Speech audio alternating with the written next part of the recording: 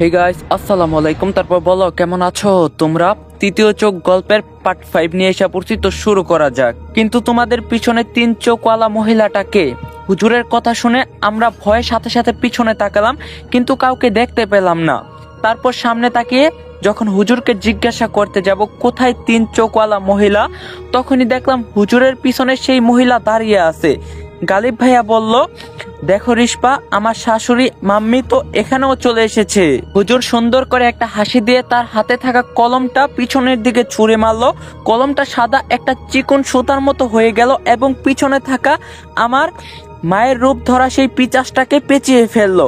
কিন্তু সে সুতাটা ছিঁড়ে নিজেকে মুক্ত করে হুজুরের উপর ঝাঁপিয়ে পড়লো পিছন থেকে।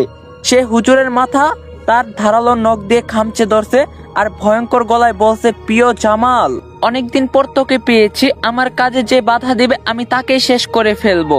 আমাকে থামানোর শক্তি কারোই নেই। গালিব ভাইয়া দৌড়ে গেল হুজুরকে বাঁচাতে। হুজুর খুব চেষ্টা করছে তার হাত থেকে নিজেকে ছাড়ানোর। গালিব ভাইয়া গিয়ে একটা চেয়ার উঠিয়ে ওই পিচাসটাকে বাড়ি দিল। চেয়ার ভেঙে টুকরো টুকরো হয়ে গেল, কিন্তু তার কিছুই হলো না। পিচাসটা গালিব ভাইয়ের দিকে ভয়ঙ্কর হুঙ্কার দিয়ে তাকালো। এটা দেখে গালিব ভাইয়া বলে উঠলো, পাগলাই তিতা মিঠা বোঝে না, পাগলারে জিলাপি দিও না। সরি, ভুলে মেরে ফেলছি শাশুড়ি মাম্মি, ব্যথা পাইছেন? এটা শুনে সে আরো রেগে গিয়ে গালিব ভাইয়াকে চোখের ইশারায় ছুঁড়ে ফেলে দিল। গালিব ভাইয়া দূরে গিয়ে পরে বলল, গান পছন্দ হয় নাই বলে এত জোরে মারা লাগে?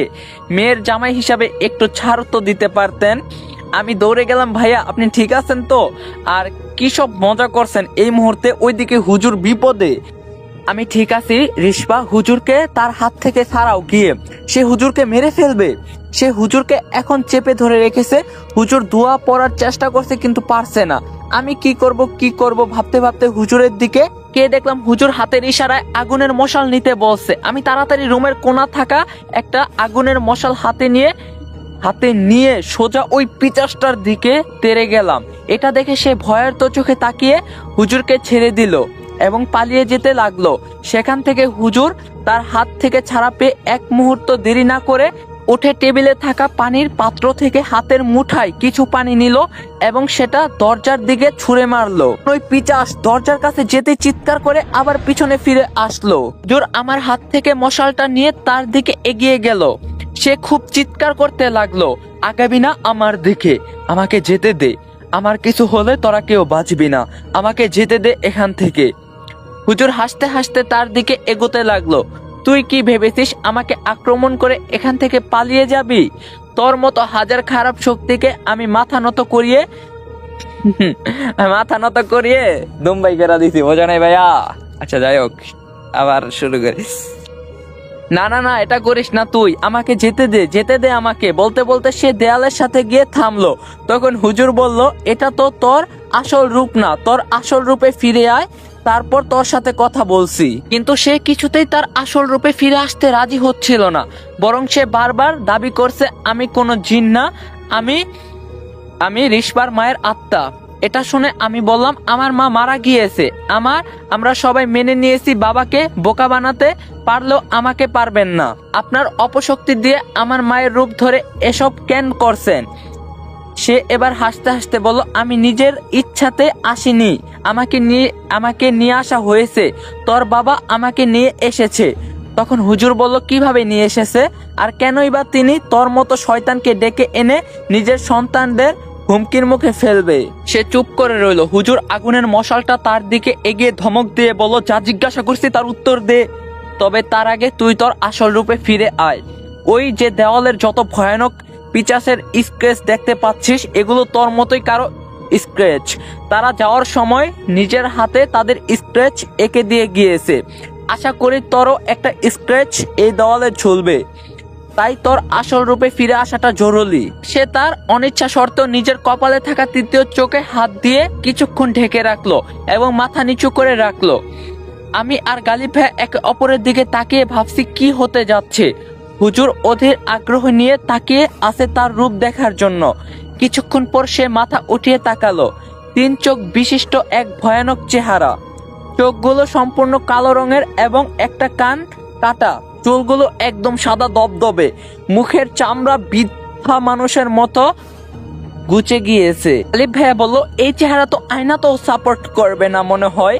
গাইস, এই ভিডিওটি স্পন্সর করছে 1x। তোমরা তো 1x এর নাম শুনছোই। 1x হলো নাম্বার 1 ট্রাস্টেড সাইট। তোমার যদি ক্রিকেটে জ্ঞান থাকে তাহলে তুমি ক্রিকেট থেকে ভালো টাকা আর্ন করতে পারবা। তোমার যদি ফুটবলে ভালো জ্ঞান থাকে তোমরা ফুটবল থেকে ভালো টাকা আর্ন করতে পারবা। এছাড়াও সেখানে অনেক প্রকার গেম আছে যেটা খেলে তোমরা টাকা আর্ন করতে পারবা। এবং আমার প্রোমো কোড ইউজ করে ফার্স্ট ডিপোজিটে 200% বোনাস পেয়ে যাবা। সাথে আছে আইফোন 14 প্রো ম্যাক্স জেতার সুযোগ। সো লিংক থাকবে পিন কমেন্টে। আয়নাও মুখ ফিরিয়ে নিবে। আমার যদি এমন চেহারা হতো তাহলে পায়ের বদলে মুখে মোজা পরতাম। জিন জগতে কেউ পাত্তা দেয় না, ওই জন্যই পৃথিবীতে এসে রিশপার বাবার সাথে লাইন মারতে চাচ্ছেন। এখন হুজুর বলল, একটু অপেক্ষা করো গালিব, আমি একে চিনি, ওর সাথে আগেও দেখা হয়েছিল আমার। ওর নাম হাবিত্রা। সে তার মোটা গলা বলা শুরু করলো, হ্যাঁ আমার নাম হাবিত্রা, আমার বয়স 4500 বছর। আমি এমন একজন জিন, যখন মানুষ তার সবচেয়ে প্রিয় মানুষকে হারায় তখন তার উপর ভর করে তাকে ওই বিশ্বাসটা করতে বাধ্য করি যে চাইলে সে তার প্রিয় মানুষকে ফিরিয়ে আনতে পারে। এমন জিন নিয়ে আমাদের একটা বিশাল দল আছে। আমাদের দলের চিহ্ন হলো তৃতীয় চোখ। আমাদের দলে যত জিন আছে সবার চোখ 3টা করে। এভাবে অনেক মানুষকে ধোঁকা দিয়েছি আমরা। এবার রিশপার বাবার পালা। তখন আমি বললাম, আর কাউকে পেলেন না? আমার বাবাকেই কেন? বাবা পর্যন্ত সীমাবদ্ধ রাখেননি, বরং আমাকেও বিরক্ত করছেন খুব। আমার ভাইয়ারও কোনো খোঁজ নেই, তার সাথে কি করছেন? তখন সে বলল, যখন কোনো মানুষ মারা যায় তখন আমরা তার কবরের কাছে গিয়ে অপেক্ষা করি। মৃত ব্যক্তির জন্য যে বেশি কান্না করে আমরা তাকেই টার্গেট করি। ওই জন্যই মানুষ মারা গেলে অন্তত কবরের সামনে গিয়ে কান্না করা ভালো না। এটা মানুষ বোঝে না। যেদিন তোর মা মারা গেল সেই দিন আমি গিয়ে অপেক্ষা করছিলাম কবরের কাছে। তোর বাবা অনেক কান্না করতে দেখছিলাম, তাই আমার টার্গেট সেই হলো। এবং তাকে বুঝাতে সফল হলাম যে সে চাইলে তার প্রিয়তমাকে ফিরিয়ে আনতে পারবে। সে ধোকায় পড়ে গেল আর আমি প্রতিদিন রাতে তার সাথে যোগাযোগ করতে লাগলাম তোর মায়ের রূপ ধরে। এই পর্যন্ত বলে সে থামলো। হুজুর তাকে জিজ্ঞাসা করলো, হাবিত্রা, তোকে আমি সুযোগ দিয়েছিলাম আগের বার, তুই বলছিলি ভালো হয়ে যাবি, কিন্তু তুই তো আবার নতুন করে শয়তানি শুরু করছস। মানুষকে এভাবে তার প্রিয় মানুষের ফিরে আসার লোভ দেখিয়ে ধোঁকা দিলে তোর লাভ কি? তুই কি শুধু আনন্দ উপভোগ করার জন্যই এসব করছিস, নাকি অন্য কোনো কারণ আছে? হঠাৎ সে মুখ তুলে ভয়ঙ্কর একটা হাসি দিল আর বলল, বিনা ফায়দায় এসব কাজ তো অবশ্যই করি না, কিন্তু একটা ফায়দা তো আছেই। এটা বলার সাথে সাথে একটা ধমকা হাওয়া হুজুরের হাতে থাকা মশালটা নিভে গেল এবং সে ভয়ঙ্কর হাসি মুখে আমাদের সামনে থেকে একটা ছায়া হয়ে দ্রুত গতিতে চলে গেল। তখন গালিব ভাইয়া বলল, এটা কি হলো হুজুর? মশাল নিভলো কেন, আর সেই বা গেল কোথায়? হুজুর বলল, তাকে সাহায্য করার জন্য এখানে অন্য কেউ এসেছিল, সেই তাকে বাঁচিয়ে নিয়ে গেল। সবকিছু জানতে পারার আগেই সে চলে গেল। তবে আমি খুঁজে বের করবই হাবিত্রার ফায়দা কি এসব করে। তখন আমি বললাম, কে এই হাবিত্রা হুজুর? আপনি তাকে কিভাবে চিনেন? আগের বার কি করছিল যে তাকে সুযোগ দিয়েছিলেন? হুজুরের হাতে থাকা নিভে যাওয়া মশালটা অন্য জ্বলন্ত থাকা মশাল থেকে জ্বালিয়ে নিল এবং আগের জায়গায় নিয়ে রাখলো। তারপর গিয়ে তার চেয়ারে বসে আমাদের বসতে বলল। আমরা গিয়ে বসলাম এবং হুজুর বলা শুরু করলো, আমার বাবা ছিল একজন কবিরাজ। জিন ধরা রোগীর চিকিৎসা করে তাদেরকে সুস্থ করে তুলতো। অনেক দূর দূরান্ত থেকে মানুষ তার কাছে চিকিৎসা নিতে আসতো। এগুলো করতে করতে বাবা কিভাবে যেন বুঝতে পেরেছিল সে আর বেশি দিন বাঁচবে না, তাই আমাকে তার জানা সবকিছু শিখাতে শুরু করলো আস্তে আস্তে।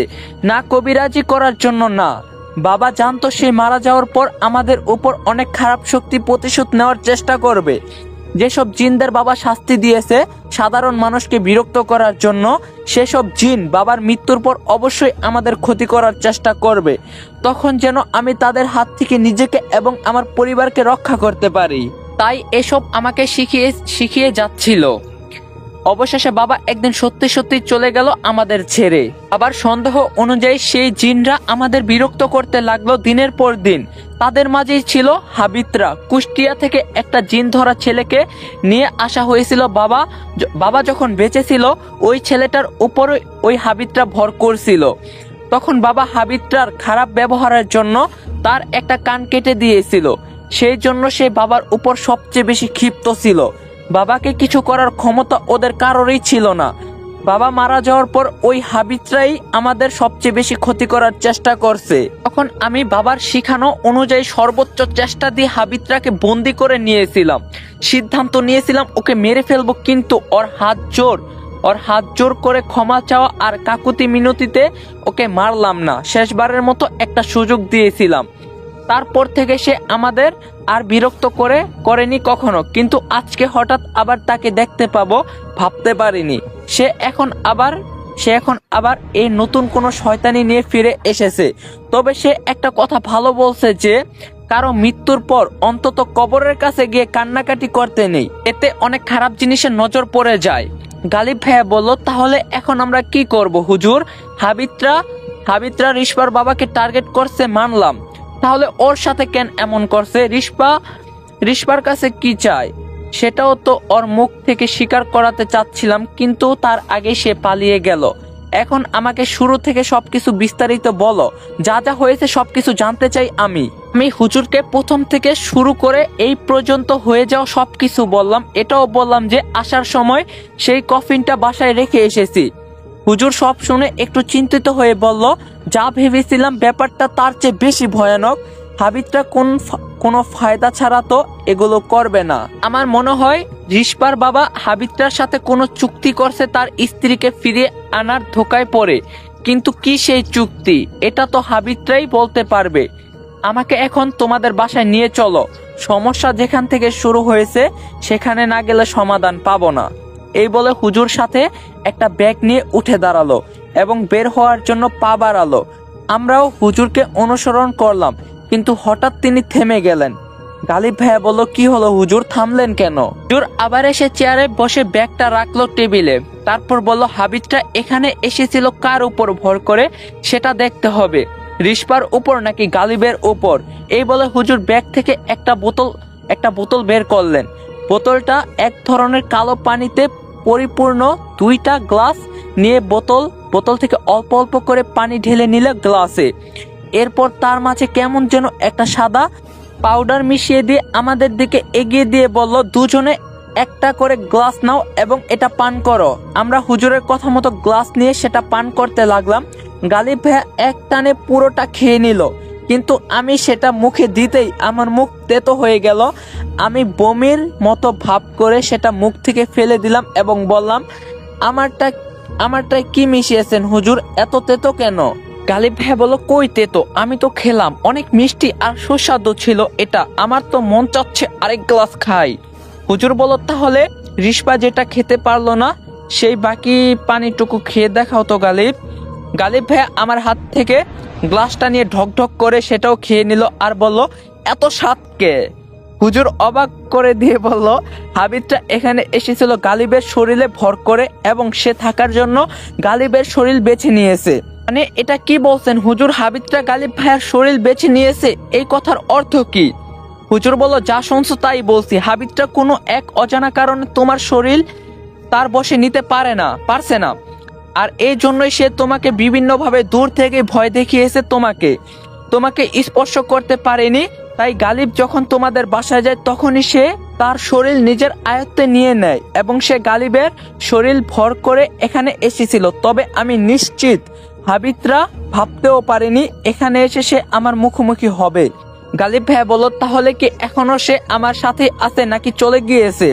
হুজুর বলল, না, আপাতত সে নেই, তবে সে তোমার শরীর যেহেতু বশ করে নিয়েছে তাই সুযোগ পেলে যে কোনো সময় আবার ভর করবে তোমার উপর। গালিব ভাইয়া আমার দিকে তাকিয়ে বলল, দেখছো রিশপা, আমি সেই ক্লাস 9 থেকে তোমার সামনে পিছনে ঘুরছি যাতে তুমি আমাকে বশ করে নাও, আর ওই মহিলা মাত্র একদিনই আমাকে কত আপন করে নিল। সত্যি আজকে খুশিতে আমার নাকে জল এসে গেল। আজকে যদি তোর বাবা বেঁচে থাকতো খোকা, তাহলে কত খুশি হতো। এই বলে আমার ওড়না দিয়ে নাক পরিষ্কার করার অভিনয় করতে লাগলো। আমি টান দিয়ে ওড়না নিয়ে বললাম, এটা কি করছেন? ওই বাবা আর খোকাটা আবার কে? ভাইয়া বললো, আরে এটা বাংলা মুভির ডায়লগ। হিরো দৌড়ে এসে তার মাকে বলে, মা আমি রক্ত পরীক্ষায় ফার্স্ট ক্লাস পেয়ে পাশ করছি। তখন মা ইমোশনাল হয়ে এই ডায়লগ দেয়। আর এসব মুভিতে মাস্ট বি নায়কের বাবা অনেক আগেই মারা যায়। আমি হাসতে হাসতে বললাম, আপনি সত্যি একদিন অনেক বড় ডিরেক্টর হবেন। এখন মজা না করে আমাদের কি করা উচিত সেটা ভাবতে হবে। এই বলে হুজুরের দিকে তাকালাম, দেখলাম হুজুর মুখে হাসি নিয়ে আমাদের কথাগুলো শুনছিল। আমি বললাম, হুজুর এখন আমাদের কি করা উচিত? গালিব ভাইয়ার কোনো ক্ষতি করবে না তো সে? গাইস, আজকের পার্টটা এই পর্যন্তই। আমি খুবই ক্লান্ত হয়ে গেছি ভয়েস দিতে দিতে। তো দেখা হবে পার্ট 6-এ। সবাই ভালো থাকো, সুস্থ থাকো। ভিডিওটা লাইক করে দিও, চ্যানেলে নতুন না থাকলে অবশ্যই চ্যানেলটা সাবস্ক্রাইব করে দিও। দেখা হবে কালকে। আল্লাহ হাফেজ।